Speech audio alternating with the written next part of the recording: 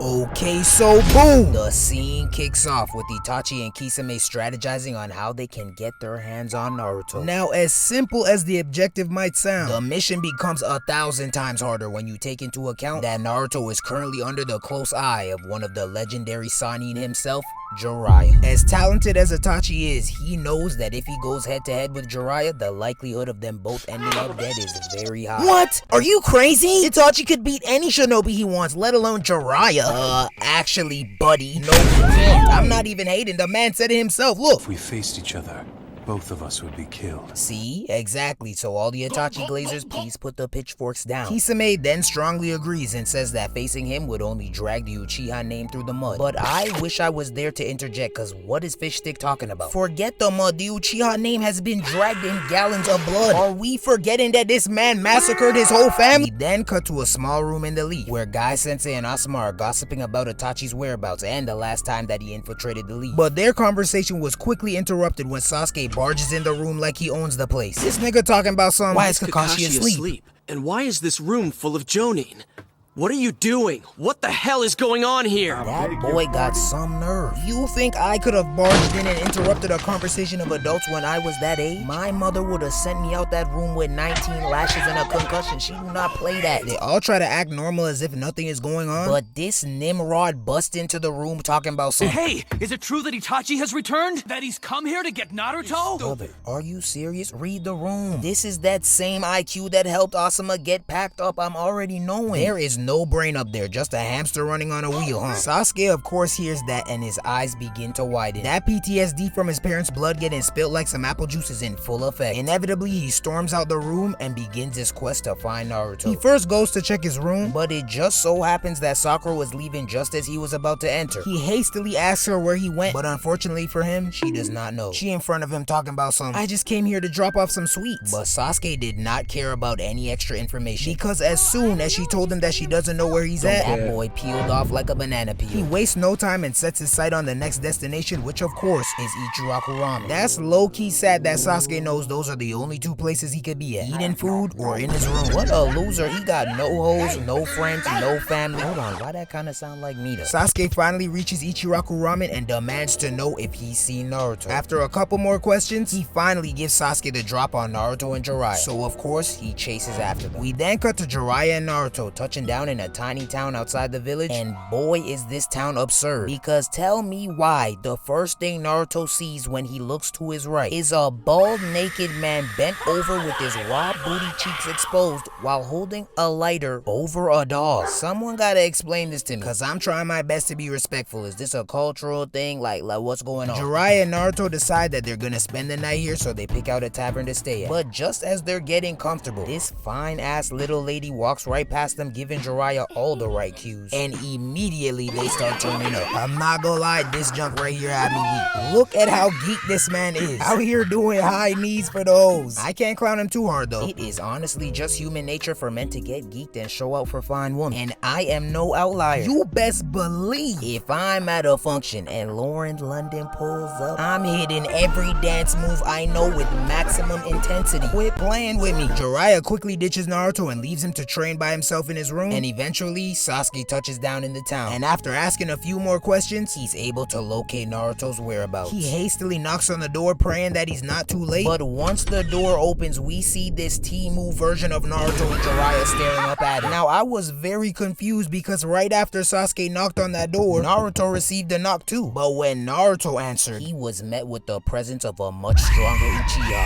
Itachi cuts to the chase and immediately demands that Naruto comes with them, so Naruto steps out the room. Now although the vibes were a bit hostile, it was still bearable, but Kisame quickly escalates the situation by stating that he should chop off Naruto's legs so that he doesn't run away. What is wrong with this man? Brother, he's a child. How fast can he run? Why is he always ready to cut somebody's legs off? He said the same thing to Killer Bee when they fought. Nigga just itching to slice some meat. He a butcher then. Right before Kisame could fulfill his promise, he's quickly interrupted by Sasuke's presence. Kisame turns to look at him, but Itachi was not as eager to see his face, because that man was talking to him with his back turned, no respect whatsoever. But in his defense, he was most likely trying not to laugh in his face, because the next sentence out of Sasuke's mouth had me Itachi Uchiha. I hope you're ready to die.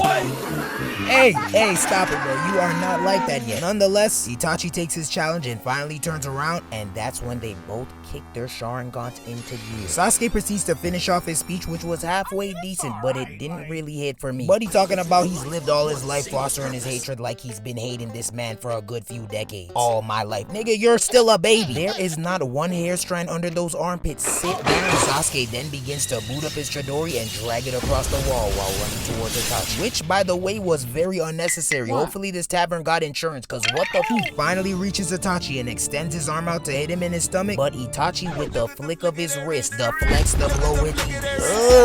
Look at him, just nonchalant as hell. Facial expression didn't change at all. Caught his hand without even taking a step too. He cold. Naruto, now in shock that Sasuke's attack was brushed off so easily, soon begins to conjure up a nasty jutsu of his own. So while Itachi's attention was on Naruto, Sasuke decides to try and sneak Itachi. But that animation was quickly cancelled when Itachi, in the blink of an eye, breaks this boy's arm. Naruto tries to come to his aid by using a summoning jutsu, but now Kisame cancels Naruto's move by boot-ganging his chakra with Samayada. Kisame, now sick of Naruto's will to fight back, decides to raise his blade in the air to take off his arms. But before he could complete the swing, a cloud of smoke appears and Kisame's swing gets blocked. And that is when we see one of Jiraiya's toads blocking the sword while Jiraiya's posted up behind Naruto with an unconscious woman over his shoulder. Jiraiya, what did you do to that lady? Don't tell me you on that Bill Cosby type timing. Fortunately for his reputation, Kisame reveals that the woman was only knocked out because she was released from Itachi's genjutsu. Jiraiya then checks Itachi, telling him that he knows he's after Naruto and the Nine Tails. So Itachi doubles down and confirms that he is here to take Naruto and he will be leaving with him today. But Jiraiya refuses to let that happen. He then gets up and tells them that this situation is pretty convenient, cause now he can eliminate them both at once. But like an annoying fly buzzing around your ear, this attention-seeking, snotty-nosed, cocky little brat decides to interject grown people conversations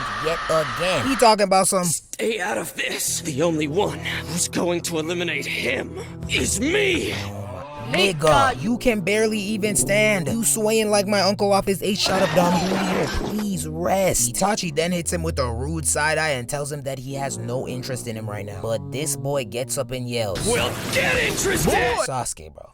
Take a hint. Pick me! Choose me! Love me! He's tired now. He can't handle the fact that Naruto is seen as more of a threat than him. His overconfident self then charges at Itachi, but that boy quickly gets sent into orbit when Itachi kicks his stomach into his butt cheek, sending him crashing into a wall. Naruto tries to rush in to help him out, but Sasuke tells him to stay out of his business. So Naruto backs off. Very smart decision on Naruto's part. Shit, Sasuke wouldn't have to tell me twice. He wouldn't even have to tell me once. I'd already be gone. His slow self finally gets within striking distance, so he winds up a right fist, but that weak ass junk gets caught with ease. Itachi then elbows him so hard that he coughs up blood and flings him so viciously that he twirls all the way back to the wall and gets sat down crisscross applesauce. Now after both of these embarrassing exchanges, I 100% thought that this boy was finished. He just got flung at the wall twice like Itachi's playing darts with his body and smacked so hard that he's looking at us at home for help. Nigga, we can't help you, you wanted this. But to my astonishment, he still has some juice left in the tank. Jiraiya already knows that this is a mismatch of death, so he tries to step in and help, but Kisame quickly cuts him off and tells him to stay out of it. Not gonna lie, getting told what to do like this and then listening is kinda crazy. Like, you're just gonna stop cause he told you to? Okay, do you? All I know is wouldn't let that shit happen to me though. Itachi then slowly walks over to Sasuke to finish him off, but using the last bit of energy he has left, he gets up in a fit of rage yelling, "Finally!" And finally was right, for this was the last and final time he would try and do some dumb shit like this again, because Itachi, with no regard for this boy's life, knees him so hard that he gains manners and starts bowing to him. Then he hits him with that I like your cut, G.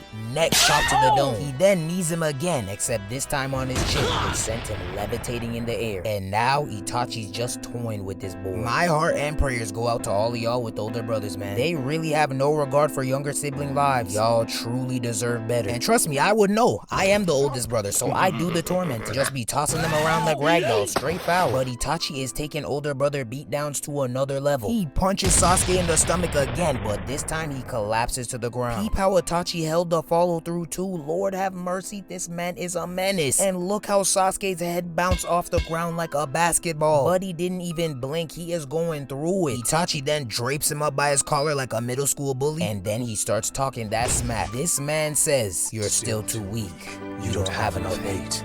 And you never will." Then to put the cherry on top, he hits Sasuke with his infamous Sukuyo, and now he's reliving the time Itachi sliced up his parents. That boy Sasuke is officially finished. He's now screaming like me when Saquon Barkley sold my 6-leg parlay. After witnessing all this torture, Naruto's finally had enough, so he runs in to stop Itachi, and Kisame runs right after him as if Itachi couldn't handle him too. Like, ooh, scary. This kid Naruto, man, be for real. Now, as of right now, things are not looking good for Team Leaf, but of course, my goat Jiraiya actually has a plan to handle both of them. He proceeds to weave his hand signs with such smoothness and conjures up his toad mouth trap. Now we see a bunch of pink tissue engulfing the environment. It turns out they've now been swallowed by the mountain toad. Itachi, knowing that this is way beyond his pay grade, tells Kisame to come so they can retreat, and like the good little sharky he is, he listens without hesitation. Now they're both running at top speed, but in an attempt to stop them, Jiraiya sends these giant tongues at him, so Kisame briefly stops to chop them up, then continues to run away. Shark Boy, stressed as hell, realizes there's no way of escape and begins to accept defeat. But when he turns to look at Itachi, we see that this man is not stressed in the slightest. Instead, he just closes his eyes and hits the stomach with the infamous amaterasu. Jiraiya rushes towards them to see if they've been got, but to Jiraiya's disappointment, they've both escaped by burning a hole through the toad's stomach, thus marking the end to this unexpected link-up. Overall, a very underrated yet essential encounter. This fight did a great job of showing us how far of a gap there was between Sasuke and Itachi, while also setting the stage for the next time they meet. Jiraiya gets a B for taking so long to get busy, but ultimately forcing them to flee. Naruto gets an A for effort, I guess. Kisame gets an F for fish stick. Itachi gets an A+ for whooping the ambition out of Sasuke in the most nonchalant way possible. Boy, you love to see it. And Sasuke, he gets an S for stay your ass inside next time, you are not built like that. I don't really wanna know. Shorty telling me her name. I don't really wanna know. Had to wake up, go to work. I ain't really wanna go. God be with me on my side. He be with me on the low.